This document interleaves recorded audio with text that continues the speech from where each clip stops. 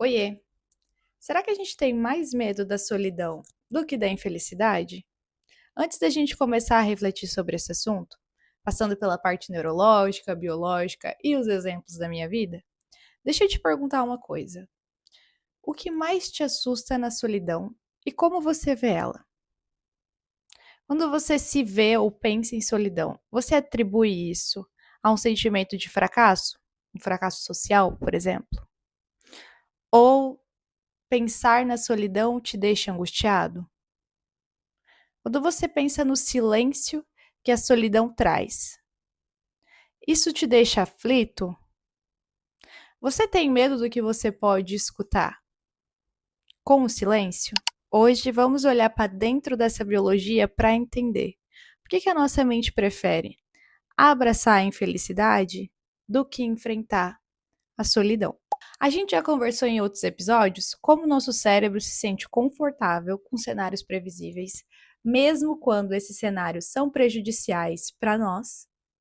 E também já conversou um pouquinho do medo que o nosso cérebro sente da rejeição social, já que, durante milhares de anos, ser aceito socialmente significava você conseguir sobreviver, não é mesmo? Ficar sozinho numa savana não é nada interessante e, principalmente, provavelmente vai te levar à morte. Por isso, o seu cérebro ficou milhões de anos evoluindo para fazer você evitar tudo aquilo que possa colocar a sua rede social, o seu cenário social em perigo. Mas para além disso, você sabia que existem estudos que mostram que existe uma parte do seu cérebro que associa rejeição social ou afastamento social à dor física?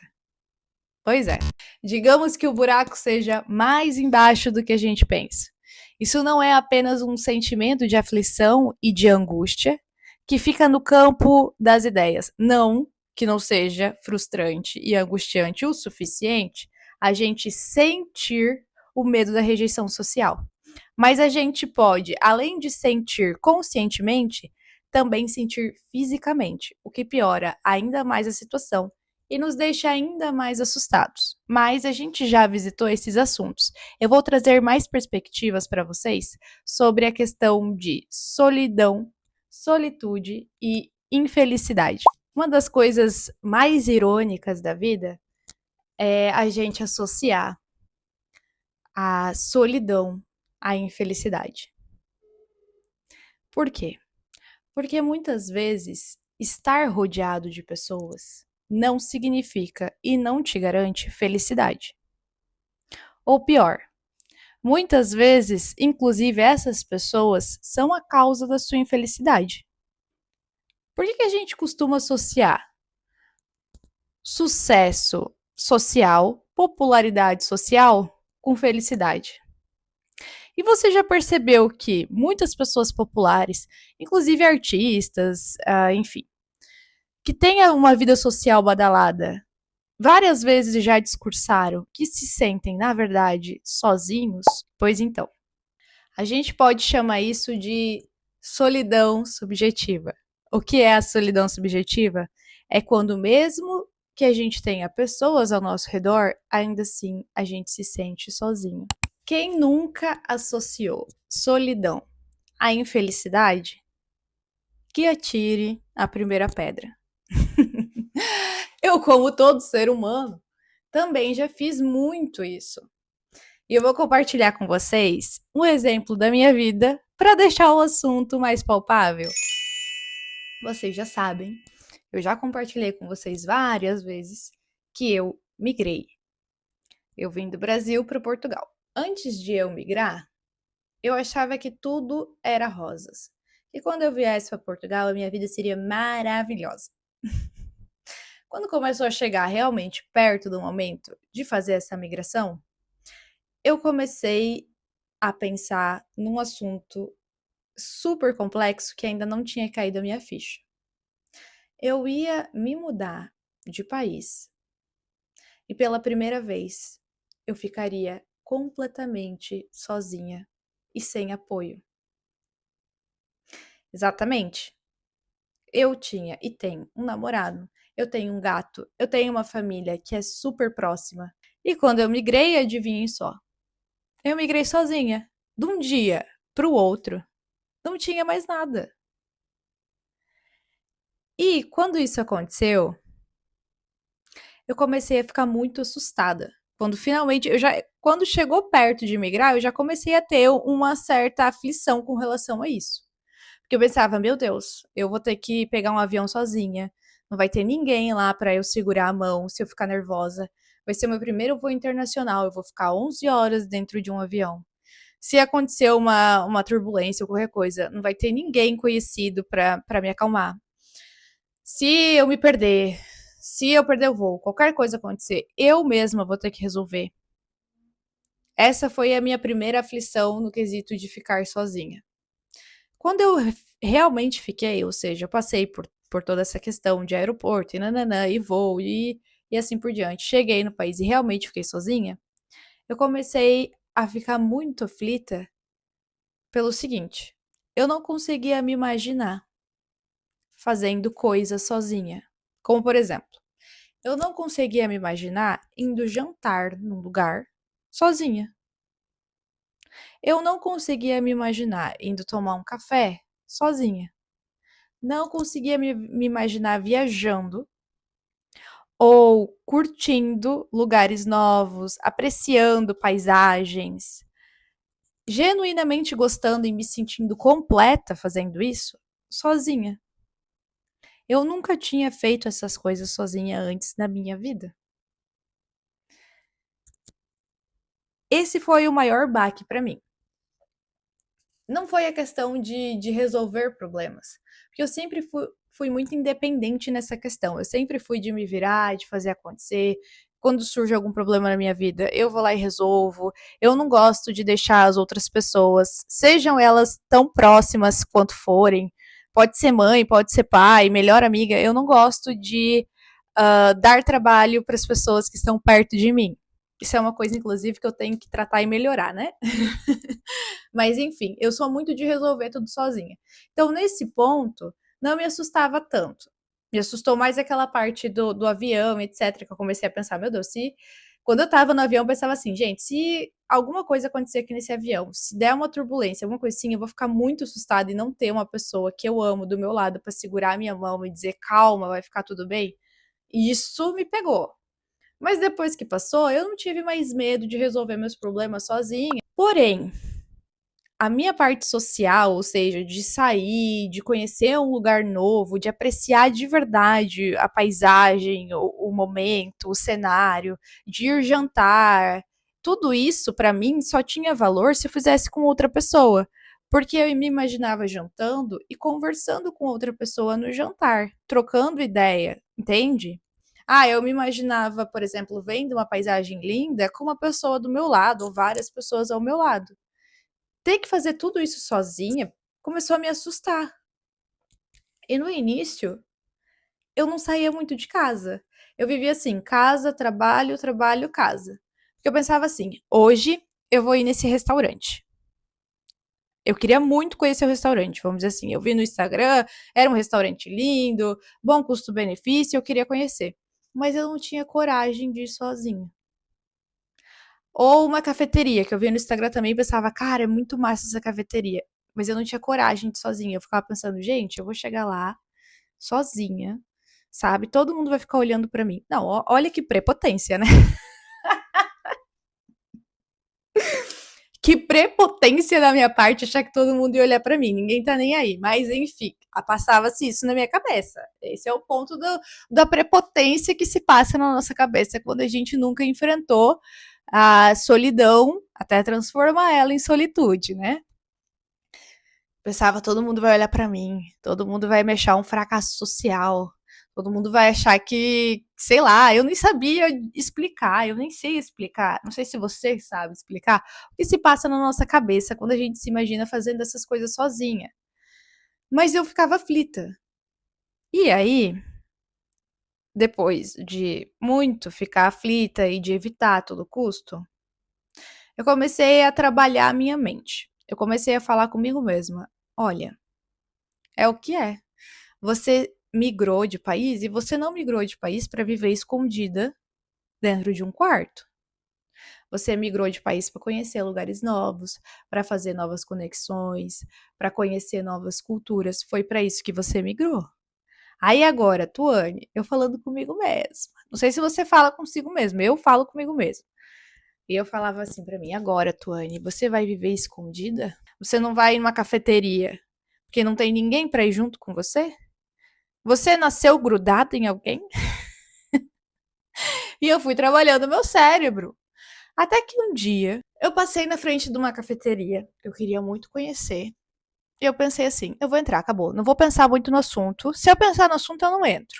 Eu só vou entrar. E fiz isso, só entrei. Quase que me joguei, sabe? Tipo, vai! Entrei na cafeteria. Meu gato roncando. Não sei se vocês conseguem escutar. Hefesto! Tá atrapalhando aqui o podcast. Enfim, entrei na cafeteria, super nervosa. Esperei a pessoa chegar, a pessoa arrumou uma mesa pra mim, gostei da mesa, sentei. Na hora que eu sentei, assim, eu olhei pro meu redor. Pensei, opa, não tem ninguém olhando pra mim. Não tem ninguém me julgando, não tem ninguém pensando, olha, coitada daquela menina, sozinha ali, um fracasso social. Não tinha ninguém fazendo isso. Abri o menu. Assim que eu abri o menu, começava a vir uma vozinha na minha cabeça assim: escolhe rápido o que você vai comer, escolhe qualquer coisa, chama essa atendente, escolhe qualquer coisa, come e sai correndo daqui. Você é uma coitada, todo mundo com pena de você. Aí eu voltava, era uma briga, entendeu? Era tipo anjo bom, anjo mal. Aí eu voltava pra minha consciência, né? O meu subconsciente tava ali, ó. Sai daí, você é louca. Voltava pra minha consciência e pensava, não tem ninguém olhando pra mim. Atendente cagou pra mim. Eu não sou nada na vida dessas pessoas, essas pessoas não estão nem aí.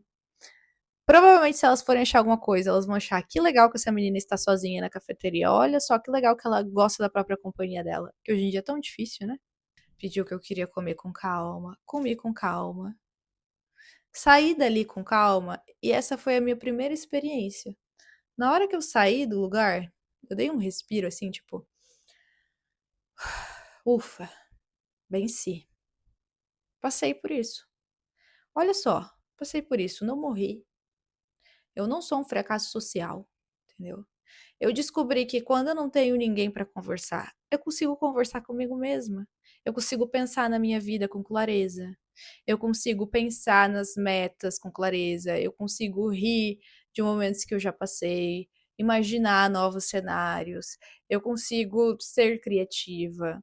Eu consigo, por exemplo, da próxima vez, e fiquei pensando isso, da próxima vez que eu for numa cafeteria, ou jantar sozinha, ou almoçar sozinha, eu posso, inclusive, escutar um podcast.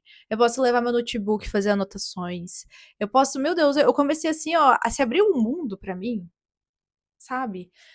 Mas para que esse mundo se abrisse, eu fiquei pelo menos uns de 4 a 5 meses trancada dentro de um quarto em outro país, com vergonha de sair sozinha.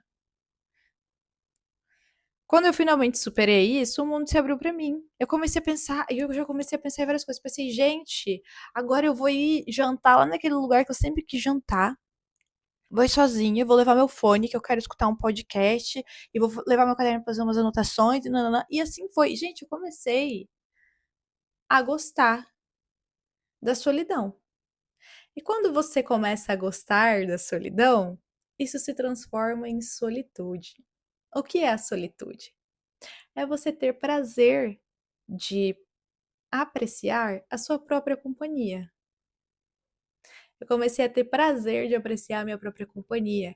Eu comecei a gostar desses momentos de solitude. É claro que é um adendo aqui, não quer dizer que eu sou a excluída da sociedade, que eu não gosto da companhia das pessoas. Não é isso. É claro que nós continuamos sendo seres sociais e isso é bom, é positivo. Eu continuo gostando de sair com pessoas, né, com as minhas amigas, com os meus amigos, em lugares, dividir momentos. Isso é maravilhoso. Mas eu também comecei a achar maravilhoso, tanto quanto dividir momentos com pessoas, dividir momentos comigo também. Eu comecei a entender que você estar sozinha não significa que você está infeliz. Muito pelo contrário. E o melhor, uma das melhores coisas da solitude, na minha opinião, é isso, é você poder fazer as coisas no seu tempo. Porque, por exemplo, quando você tá com outra pessoa, pode ser um amigo, uma amiga, um namorado, a namorada, o marido, o que for. Você não consegue fazer tudo exatamente da forma que você quer. E que bom, é bom que você não faça. Você tem que pensar também na outra pessoa, tem que chegar num equilíbrio. Por exemplo, às vezes a pessoa adora andar, e aí ela quer fazer uma viagem e ela quer andar 40 quilômetros. Mas você não gosta tanto assim de andar. Nem 40 quilômetros será andado, já que você não gosta de andar, o outro ponto do relacionamento. Mas também não dá para não andar, porque a outra pessoa gosta de andar. Então, assim, em vez de andar 40, andamos 15 quilômetros e o resto a gente faz de transporte público, ou de trotinete, que é o patinete motorizado, ou de bicicleta motorizada, ou num tour turístico, whatever, entende? A criatividade está aí, a mente, nossa mente criativa está aí para isso. Mas quando você tá sozinho, você pode fazer tudo no seu tempo. Ah, você gosta de um perfume. Entra dentro da loja e prova 100 perfumes, entendeu? Ah, eu gosto de carro. Entra dentro da loja de carro e vê todos os carros com calma. Esse prazer de você poder fazer as coisas no seu tempo é a melhor coisa que existe na face da Terra. Ah, você quer ir numa cafeteria e você quer ficar lá 1 hora fazendo suas anotações, escutando seu podcast, lendo um livro, trabalhando, whatever. Vai, sabe? Você não tem essa preocupação com o outro. Ai, será que pro outro isso tá bom? Será que pro outro já deu? Será que o outro tá com tédio? Será que agora a gente tem que ir para outro lugar? Entende o que eu quero dizer? Se você não entende o que eu quero dizer, vamos trabalhar essa solidão para ela virar solitude e você começar a entender o que eu quero dizer? Porque é um dos maiores prazeres da minha vida. Eu digo isso com toda certeza. É gostar da minha própria companhia. É saber como estar na minha própria companhia. Porque se você nunca se põe em situações que você precisa ficar sozinho, você não sabe como é. E é aquilo que a gente já conversou. Tudo que o seu cérebro não conhece, para ele é assustador. E ele vai tentar ao máximo fazer com que você não tenha essa experiência. Porque ele gosta do conhecido. Mesmo quando o conhecido é uma merda. Mesmo quando o conhecido dói, entendeu? Então, a primeira vez que você for se pôr numa situação sozinha, provavelmente vai ser assustador, vai te dar aflição, você vai começar a se sentir julgado, mesmo que as pessoas não estejam nem aí pra você. Você mesmo até vai se julgar e vai sair correndo. Mas depois você vai pensar: olha, não morri, vou fazer de novo. E de novo, até que seu cérebro comece a entender que aquilo é um comportamento normal. E o melhor, o seu cérebro começa a te entender, você começa a se entender. É um trabalho de autoconhecimento a gente ter momentos de solitude. Porque nesses momentos a gente consegue se escutar. Quando não tem barulho externo, a gente consegue escutar a nossa voz interior de forma clara. Diferença de solidão e solitude, explicado, check. Minha cadeira tá fazendo um barulho chato, gente.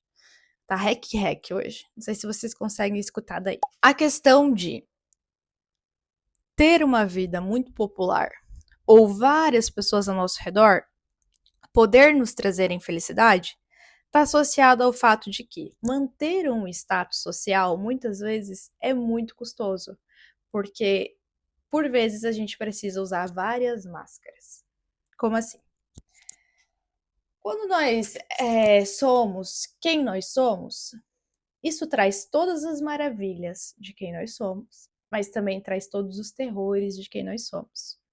Cada pessoa é uma pessoa e tem uma personalidade, que não necessariamente vai bater com a sua.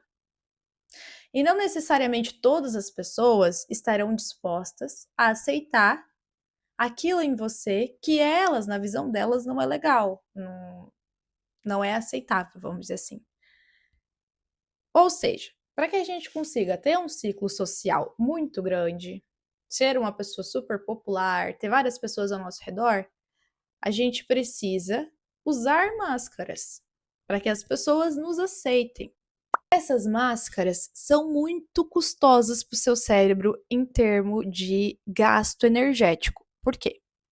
Porque para você conseguir manter elas, você precisa sufocar o seu eu interior. O que significa sufocar o seu eu interior? Primeiro, você precisa estar sempre vigilante sobre você e sobre o cenário.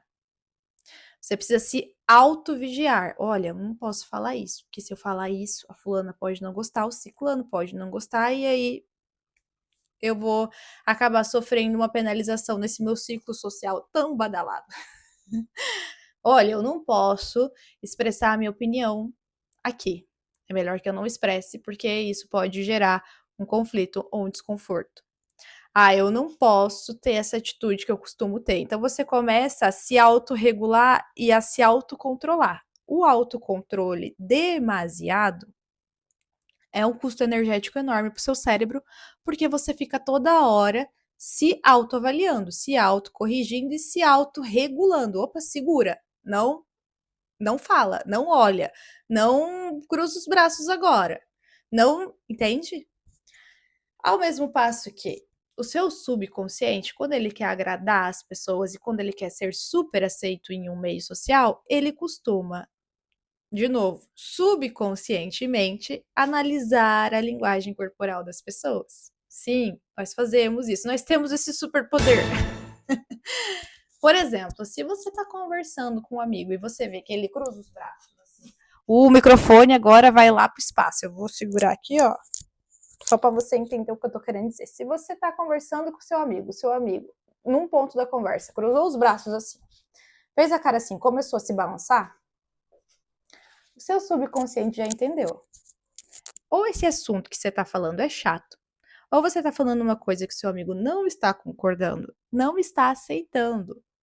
E aí o seu subconsciente muda ou a conversa, ou o tom, enfim. Para quê? Para voltar a ser aceito, plenamente aceito socialmente. O seu subconsciente ficar toda hora em vigia do seu ambiente, da linguagem corporal das pessoas, isso tudo é um gasto energético muito grande também. Ou seja, você ser uma pessoa que usa muitas máscaras para ser aceito socialmente de forma plena, para ser super popular, é um gasto energético gigantesco para o seu cérebro que tem um preço. O seu cérebro começa a ficar sufocado. Esse esforço biológico para tentar agradar e sufocar o seu eu, ele acaba sufocando o seu córtex pré-frontal, transformando o sucesso social na sua própria prisão. E sendo assim, o sucesso social, no fim, o principal motivo da sua infelicidade. Engraçado, né? Como a vida é complexa. Às vezes a gente querendo agradar muitos outros acaba nos desagradando ao ponto de sermos infelizes por conta disso. Isso é muito natural. Quer ver como é natural? Um ambiente que a gente precisa fazer isso, porque nós somos cobrados para fazer isso, é ambientes profissionais. Eu acredito que a maioria de nós somos seres humanos que trabalhamos na escala CLT. Tudo isso, neste ambiente de trabalho, nós precisamos manter todas as máscaras possíveis. Então, imagina o quanto de energia o seu cérebro precisa gastar para conseguir tudo isso. E o terceiro tópico, então já passamos o primeiro, que é solidão e solitude. O segundo, que é o custo que várias máscaras e ter uma vida social plena, feliz e badalada pode lhe custar ao ponto de lhe fazer infeliz. E o terceiro seria que o nosso cérebro costuma e pode associar a solidão ao fracasso. Por quê? Quando nós estávamos na savana, quando nós não éramos animais plenamente racionais, digamos assim, vamos dizer assim que todo mundo vai entender. Aquilo que eu já disse, é um pouco mais profundo do que isso, mas enfim. Que foi milhares e milhares de anos que nós vivemos com esse estilo de vida. Naquela época, você era excluído socialmente quando você não tinha nenhuma utilidade no bando. Ou seja, você não era excluído socialmente porque você falou algo que as pessoas não gostavam. Porque você usou toda a sua capacidade de comunicação que nós temos hoje em dia para expressar a sua opinião e ninguém concordou com a sua opinião. Não por isso. Nós costumávamos ser excluídos do bando quando a gente era inútil. Olha, essa pessoa aqui não tem utilidade, então vamos, né, excluir ela que ela tá dando trabalho e assim, dar trabalho também pode significar a morte de todo mundo aqui para, né, 100 para 1, né? Então um que vai embora. Nós evoluímos. Hoje em dia, Não existe mais isso de um fracasso, de inutilidade, não é mesmo? As pessoas estão na nossa vida não somente porque elas são úteis, ou seja, ou você é útil para minha existência, para minha sobrevivência, ou vai embora. Não é mais assim, não é mesmo? Mas é aquele velho assunto que a gente sempre conversa. Existe uma parte primitiva do nosso cérebro que não conseguiu acompanhar nossa evolução racional tão rapidamente. E ainda guarda essa herança genética de que não ser aceito socialmente ou fracasso social está relacionado à inutilidade. E aí você fica frustrado e se sente um inútil quando você não é aceito socialmente, principalmente nas coisas que você acha que seriam importantes você estar. Vou te dar um exemplo. Você está lá no seu trabalho, bateu o seu horário de ir embora, um grupo de pessoas fala: "Ai, vamos lá no shopping". Ou, vamos numa festa. Ou, sei lá, vamos fazer um happy hour. O happy hour, vamos de happy hour que eu acho que é universal, né? Vamos pro happy hour. E não te chamam. Que tristeza, não é mesmo? As pessoas, imagina, um grupo de pessoas sai para um happy hour e não te chama, como que o seu cérebro vai encarar isso?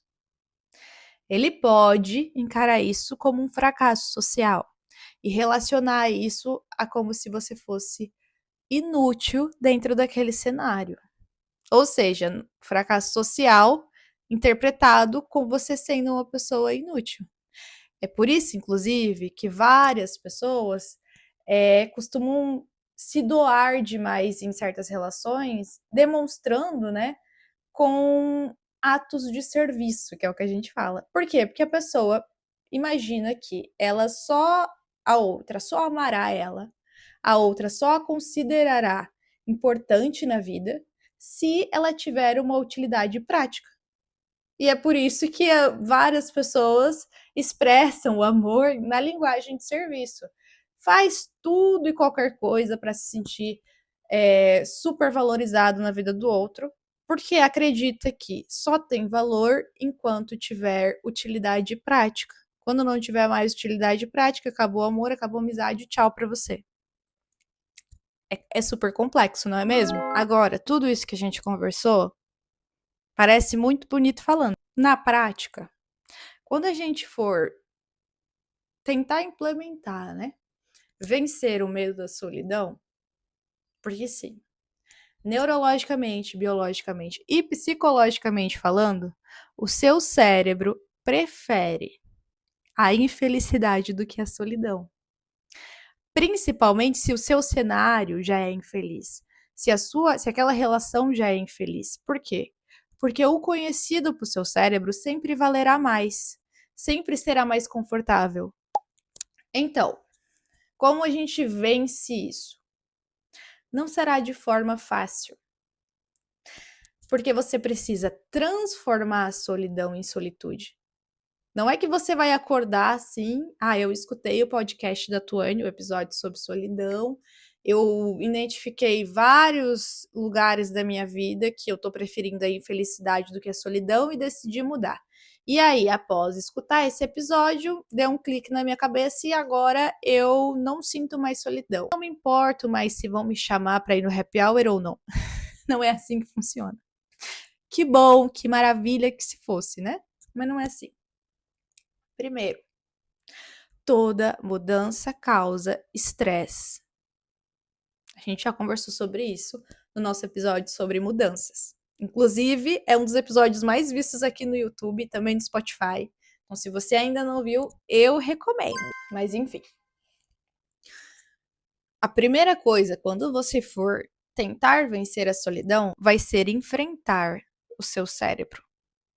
E ele vai te trazer vários cenários para que você não faça isso, porque a mudança de você transformar solidão em solitude vai causar um estresse emocional e, como a gente já viu, possivelmente também físico. O que a gente sempre precisa se lembrar? Que a gente precisa vencer nosso cérebro. Faz a primeira vez, faz a segunda vez, faz a terceira vez, na quarta vez já vai ficando fácil. Na quinta vez, facinho. Até que se torna parte de você. Até que não é mais nenhum custo, muito pelo contrário. Inclusive, um dado bom para você, a solitude ativa a rede de modo padrão do nosso cérebro. E o que é isso? A rede de modo padrão do nosso cérebro, ela é responsável pela criatividade, pelo autoconhecimento e pela paz interior. E pessoal, no fim das contas, o medo da solidão, muitas vezes, é o medo da gente enfrentar quem a gente é. É o medo da gente enfrentar o desconhecido. É o medo da gente se escutar.